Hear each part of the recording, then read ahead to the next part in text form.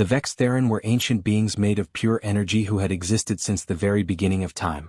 They had watched stars being born and dying for billions of years. Across the entire universe, they had one sacred job that they took very seriously. They stayed with creatures during their final moments. No one should die alone. That was their belief, and they had followed this duty for longer than most civilizations could remember. On a small mining moon called Keth 7, far out on the edge of known space, the local Vex Theron suddenly sent out an emergency signal. The message traveled faster than light itself, rippling through hyperspace like waves on water. Something was happening here that had never happened before, and the Vex Theron needed help from others across the galaxy. Deep inside an abandoned thermal shaft, a massive tunnel that went down into the moon's hot core, lay Draken, the crimson WRM of the Andromeda Reach. His body was so huge that it stretched for over half a mile, coiled around itself like a sleeping snake. But Draken wasn't sleeping. He was dying. His scales, which had once glowed bright red like molten metal, were now fading to a dull gray. Each breath he took was harder than the last, and the light that had burned inside him for 3,000 years was finally going out. Draken was a star dragon, one of the oldest and rarest species in the entire galaxy. His kind didn't age like other creatures. They lived for thousands of years, staying strong and healthy right up until the end. But when their time came, it came suddenly. Draken had felt it 3 weeks ago, a coldness spreading from his core, a tiredness that sleep couldn't fix. He knew exactly what it meant. His long life was finally over. For 3,000 years, he had served as a guardian of the stellar gates, protecting the ancient portals that allowed ships to travel between distant parts of space. He had fought in the Void Wars, where he lost his brothers and sisters in battle. He had loved and mated, only to watch his partners fade into death before him. He had seen entire civilizations rise from nothing, reach incredible heights, and then crumble into dust. He had seen it all, experienced everything the universe had to offer, and now he was tired. So very tired. When the Vex Theron's call went out, the galactic community responded exactly as their protocols required. The Hivemind Collective, billions of insect-like creatures who all shared one consciousness, sent waves of philosophical comfort through quantum channels. They transmitted thoughts about the beauty of endings and the peace that comes with letting go. The Crystalline Chorus, beings made entirely of living crystal who communicated through vibrations, sent harmonic frequencies designed to ease his pain and make the transition smoother. Even the Vex Theron themselves came in person, offering to do what they did best, guide his consciousness gently into the cosmic stream, helping his spirit become one with the universe itself. But Draken refused every single offer. He sent them all away with a voice that still carried the weight of 3 millennia. He didn't want comfort. He didn't want philosophy or music or guidance. He wanted silence. He wanted to be left alone in the darkness of the thermal shaft. After living such a long life surrounded by noise and duty and responsibility, he felt he had earned the right to fade away in solitude. No witnesses. No ceremony. Just him and the approaching darkness. The galactic representatives tried to argue with him, explaining that their traditions existed for good reasons. But Draken was stubborn, and he was also still powerful enough that no one could force him to accept help he didn't want. Eventually they respected his wishes and left, though the Vex Theron remained nearby, maintaining their vigil from a distance. It hurt them to see someone die alone, but they understood that free will mattered more than their own discomfort. Meanwhile, on the surface of Keth 7, life continued as normal in the human mining colony. The humans who lived there had no idea what was happening deep below their feet. They didn't know about ancient star dragons or galactic death protocols. They were just regular people trying to make a living, extracting valuable lithium from the moon's crust and sending it back to Earth and her colonies. Among those colonists was a 12-year-old girl named Lily Martinez. Her parents both worked long shifts operating the huge mining machines that drilled into the moon's surface. Lily was supposed to stay in the residential area, doing her homework and staying out of trouble. But Lily had never been very good at following rules. She was curious about everything, always exploring places she wasn't supposed to go, always asking questions that made adults uncomfortable. And on this particular day, her curiosity was about to lead her somewhere that would change everything, not just for her, but for the dying dragon waiting alone in the darkness below. Lily discovered the dragon completely by accident. It started with her cat, a fat orange tabby named Butterscotch who had somehow gotten loose from their small apartment. The cat had darted into one of the maintenance tunnels that ran beneath the colony, tunnels that her parents had told her 100 times were strictly off-limits.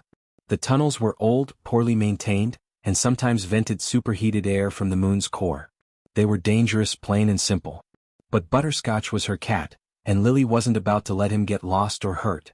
So she grabbed a flashlight, squeezed through the narrow entrance, and followed the sound of meowing deeper and deeper into the tunnel system. The walls were covered in pipes and cables, and everything hummed with a low vibration that she could feel in her teeth.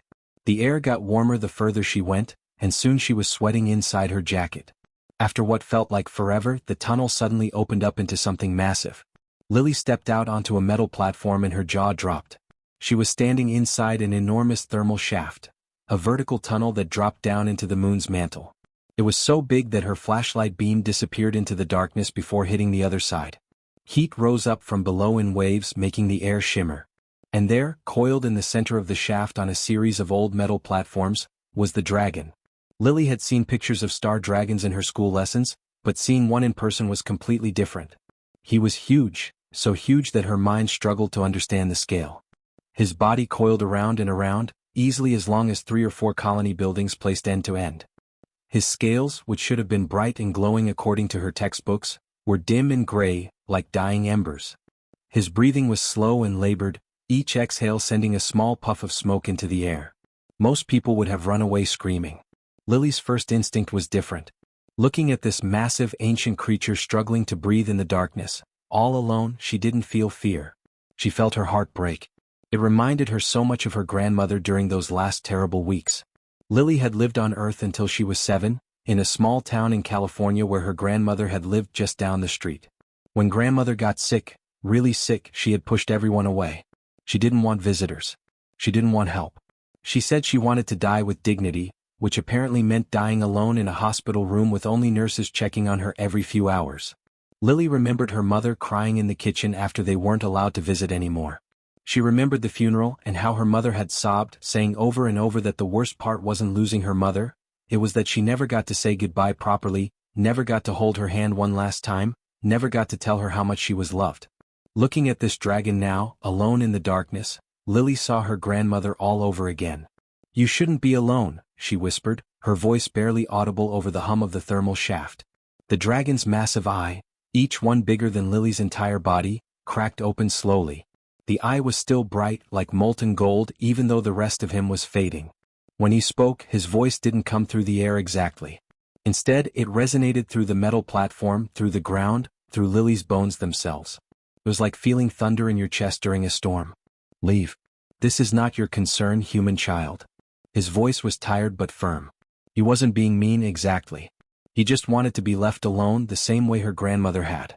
But Lily had learned something important from losing her grandmother. She had learned that sometimes people push you away when they need you most. They do it because they're scared, or because they don't want to be a burden, or because they think dying is something they should do alone. Lily took a step closer to the edge of the platform, looking up at the dragon's enormous face. Her hands were shaking a little, but not from fear. "My grandmother died alone because she pushed us away," Lily said, her voice stronger now. "She told us she didn't want us to see her like that she wanted to be alone. But after she died, my mom cried for weeks. She cried so hard that sometimes I thought she might never stop. And she kept saying the same thing over and over, that the worst part wasn't that grandmother died. Everyone dies eventually. The worst part was that grandmother didn't let us say goodbye. She didn't let us be there. She didn't let us tell her we loved her one more time." The dragon was quiet for a long moment. His breathing continued, slow and raspy. Steam rose from his nostrils with each exhale. "I have no family," the dragon finally said, his voice somehow even more tired than before. "No mate. My brothers and sisters fell in battle centuries ago. There is no one to bid farewell to. No one waits for me on the other side. There is only the ending." Lily felt tears starting to form in her eyes, but she blinked them back. She thought about what her mother had said at the funeral, about regret and missed chances and words left unspoken. "Then I'll stay," Lily said firmly, sitting down on the platform with her legs crossed, like she was settling in for a long wait. "Nobody should die alone. Not my grandmother. Not anybody. Not even dragons." The dragon stared at her with those massive golden eyes. She could see thousands of years of sadness in them, but also something else. Maybe surprise or curiosity, or perhaps the tiniest bit of relief that he would never admit to feeling. Butterscotch chose that moment to meow loudly from somewhere in the shadows, apparently having found a comfortable spot to nap. Despite everything, Lily smiled. Lily came back the next day. And the day after that. And the day after that too. Her parents thought she was spending time in the colony's recreation center, playing games with other kids her age. She felt a little guilty about lying, but she knew they would never understand. They would say it was too dangerous, that she shouldn't bother the dragon, that there were protocols and rules about this sort of thing. Adults always had rules about everything. Each time she visited, she brought something with her. The first day, she brought a canteen of water, even though Draken gently explained that he no longer needed food or drink. His body was shutting down, preparing for the end. Still, he seemed touched by the gesture. The second day, she brought one of her books, a worn paperback copy of a fantasy novel she had read at least 5 times. She sat on the platform and read aloud to him for 2 hours, her voice echoing in the massive thermal shaft. Draken listened quietly, occasionally making a comment about how humans always got magic wrong in their stories, or how real dragons were far more practical than the ones in her book. Lily thought she heard amusement in his deep, rumbling voice. The third day she brought her tablet loaded with pictures from Earth. She showed him mountains capped with snow, oceans stretching to the horizon, forests so thick and green they looked like emerald carpets. She showed him the Golden Gate Bridge at sunset, the Grand Canyon at noon, and the northern lights dancing across an Alaskan sky. Draken studied each image carefully, his golden eyes reflecting the colors. "Your world is young," he said softly. "But it has a wild beauty to it. Raw and untamed. I can see why your species fights so hard to protect it." Lily smiled, feeling a swell of pride for the home she missed so much. But on the fourth day, everything was different. The moment Lily climbed down into the thermal shaft, she could feel the change in the air.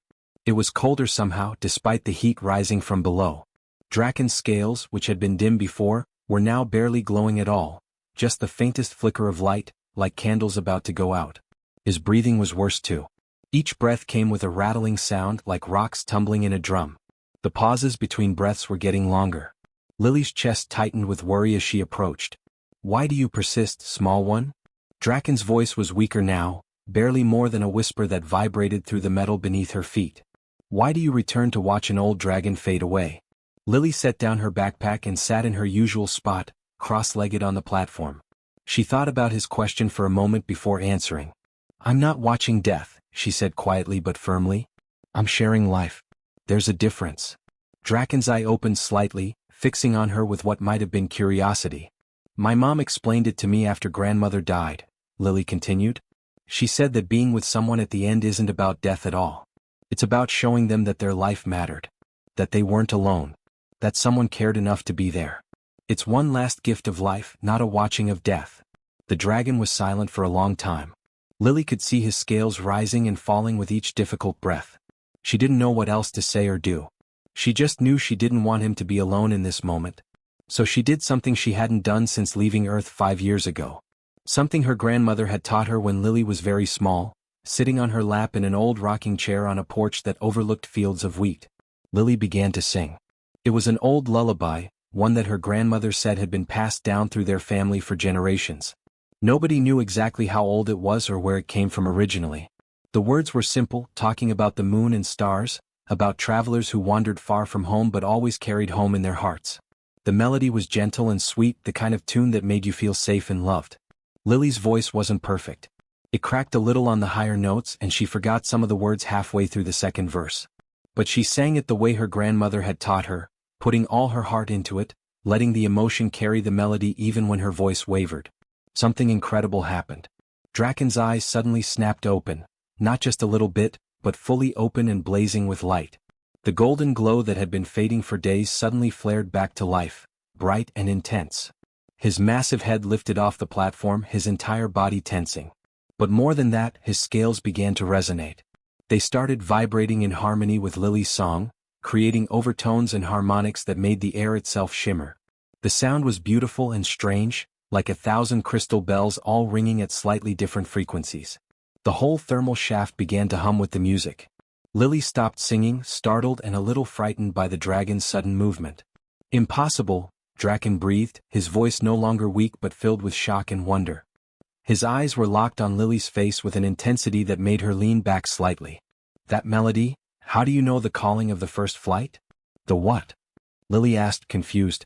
"It's just a lullaby. My grandmother taught it to me when I was little. She learned it from her grandmother who learned it from hers. It's just an old family song." "No," Draken said, and now there was something like awe in his ancient voice. No, child. That is no simple lullaby. That song is older than your civilization. Older than your written language. That melody was taught to your ancestors by my kind 40,000 years ago, when your species still lived in caves and hunted with stone tools. Lily stared at him, her mouth falling open. That's impossible. It's just a song my grandmother. Your grandmother carried a gift across thousands of generations without knowing what it was, Draken interrupted, his scales still shimmering with resonance. You humans, you traveled to the stars and never realized you carried our legacy with you all along. Lily shook her head, still trying to process what Draken had just told her. But it's just a lullaby my grandmother taught me. It's from Earth. Just a simple song that mothers sing to their babies. The dragon's laugh rumbled through the thermal shaft like rolling thunder, but it wasn't mocking. It was filled with wonder and something that sounded almost like joy. Your species traveled to the stars and never knew what you were carrying. That song, child, we taught it to your ancestors 40,000 years ago when your world was young and your people were just learning to speak. He shifted his massive body, settling into a more comfortable position as if preparing to tell a long story. His scales still shimmered faintly with the echoes of her song. Let me tell you about the first contact that the galaxy forgot. Let me tell you about a secret your species has been keeping without even realizing it. Lily sat down, hugging her knees to her chest, her eyes wide with fascination. 40,000 years ago, Draken began, his voice taking on the rhythm of a storyteller, long before your species had cities or writing or even agriculture, a group of young star dragons were exploring your corner of the galaxy. We were barely adults by our standards, maybe 300 or 400 years old, and full of curiosity about the universe. We were cocky and reckless, the way young creatures always are. He paused, his golden eyes growing distant with memory. Our ship hit a cosmic radiation storm. Our navigation systems failed, and we crash-landed on a small blue planet orbiting an unremarkable yellow star. Your Earth. Lily leaned forward, completely captivated. You crashed on Earth? 40,000 years ago? We did, Draken continued. Our ship was badly damaged. The repairs would take months, maybe even a year. We were stranded on a primitive world with no way to call for help. And that's when we met your ancestors. He described how terrifying it must have been for those early humans, seeing massive dragons falling from the sky in a ship that glowed with strange lights. But humans, Draken explained, had always been braver and more curious than they had any right to be. Instead of just running away forever, they came back. They watched from a distance. They brought offerings of food, though dragons didn't eat the same things humans did. Slowly, carefully we made contact, Draken said. We learned to communicate with them, not through words at first, but through gestures and eventually through song. Music was something we could share even before we understood each other's languages. While the dragons worked on repairing their ship, they lived among the humans. They set up camp near a human settlement, a group of caves where maybe 50 or 60 people lived. And during those long months of repairs, something beautiful happened. The two species became friends. We taught them things, Draken said, his voice growing warm with nostalgia. We showed them how to make fire burn hotter by controlling the airflow. We taught them about the stars, about how the universe was vast and full of wonders.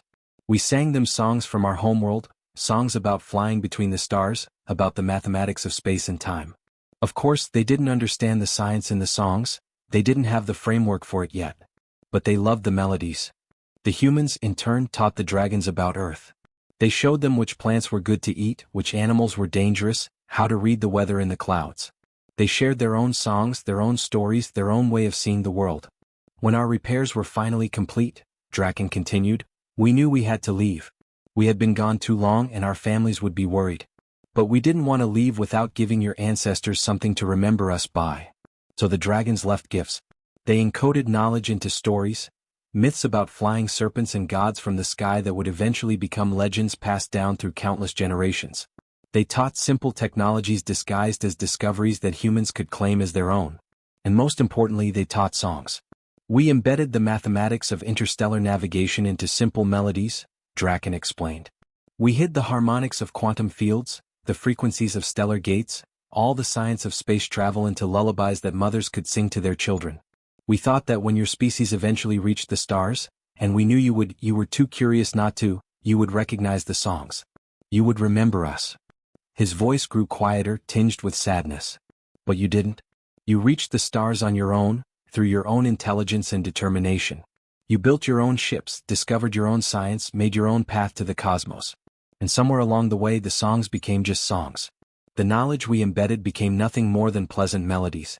You forgot we were ever there. Lily felt tears running down her cheeks. But we kept the songs. We kept them for 40,000 years. You did, Draken said, and now his voice was filled with emotion. Across 40,000 years, through ice ages and migrations, through the rise and fall of countless civilizations, through wars and disasters and dark ages, you kept our songs. Changed by time, altered by language shifts, mixed with your own music, but you kept them. Grandmother to grandchild, mother to daughter, generation after generation.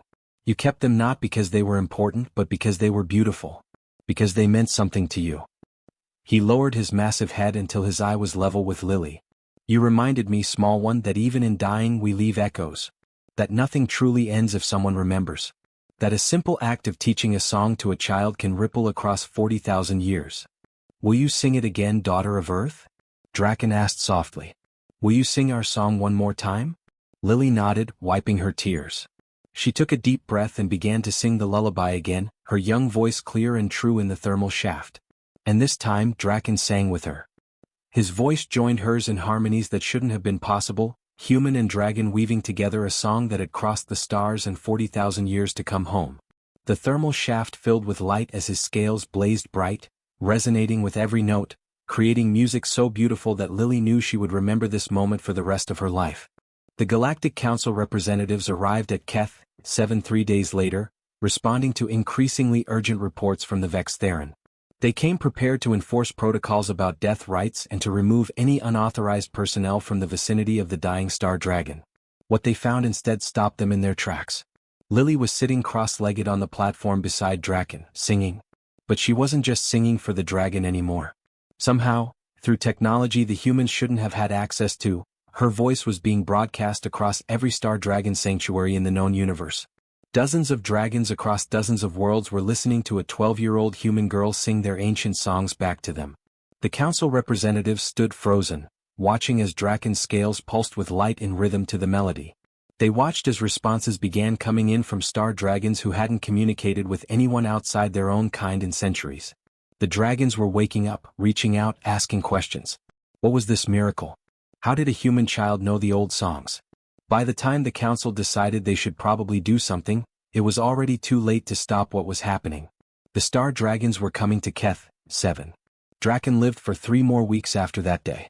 3 weeks longer than any dragon had ever lived past their appointed time. The medical experts couldn't explain it. By all biological measures he should have faded within days. But something about the songs, about having a purpose again, about not being alone, it gave him strength he shouldn't have had. He spent those precious days with Lily, teaching her everything he could remember. The lullaby she knew was just one fragment of a much larger musical tradition. There were songs about navigation, songs about honor, songs about love and loss and the nature of the universe itself. Some of the melodies had survived in human culture, bits and pieces scattered through folk songs from different continents, different cultures. Others had been completely lost. Lily learned them all, her young mind soaking up the knowledge like a sponge. She recorded everything on her tablet, creating an archive of songs that had nearly disappeared from existence. She made mistakes constantly, her human vocal cords struggling with harmonics that came naturally to dragons. But Draken was patient, and Lily was determined. Other dragons began arriving at Keth, 7. First 1, then 3, then a dozen. They came from distant worlds, breaking centuries of self-imposed isolation. They gathered in the thermal shaft, coiling their massive bodies around the platforms, and they listened as the old dragon taught the young human their heritage. When Draken finally passed, it was nothing like the lonely death he had planned. He was surrounded by his own kind, dragons he had known centuries ago, dragons he had fought beside in the Void Wars, and young dragons who had only heard stories about him. And there was Lily, her small hand resting on his scales, tears streaming down her face. His final words resonated through the shaft one last time. Thank you, small singer, for reminding me that we are all children of the same stars. Thank you for showing me that nothing truly ends if someone remembers. Then his light faded, and the greatest guardian of the stellar gates was gone. The funeral was unlike anything the galaxy had ever seen. Representatives from hundreds of species came to pay their respects. The thermal shaft was transformed into a cathedral of light and sound. And when it came time for the final farewell, Lily stood before the assembled crowd and sang. She sang the songs Draken had taught her. She sang the lullaby her grandmother had given her. She sang with everything she had, her voice small but clear in the vast space. And the dragons sang with her, their voices joining in harmonies that shook the moon to its core. But something unexpected happened. As the songs filled the air, other species began to recognize fragments of the melodies. A delegate from the crystalline chorus suddenly realized that one of their most sacred hymns shared the same underlying structure. A hive mind representative identified harmonic patterns in their communication songs. Even the Vextheran recognized mathematical sequences embedded in the music that matched their own understanding of reality. The truth became clear. The star dragons hadn't just visited Earth 40,000 years ago. They had visited dozens of worlds during their youth, sharing their songs, planting seeds of knowledge and beauty that had grown in 1,000 different directions across 1,000 different cultures. In the weeks and months that followed, Lily's life changed in ways she never could have imagined. The star dragons asked her to become the first human guardian of the stellar gates. Not to operate the ancient portals, she was far too young for that kind of responsibility, but to serve as a keeper of songs, a bridge between species, someone who would ensure that the musical legacy of the dragons would never be forgotten again. She accepted, though she was terrified. It meant training, traveling, learning languages and customs from across the galaxy. But it also meant that no one would ever have to die alone the way Draken had almost died. It meant preserving something beautiful and important.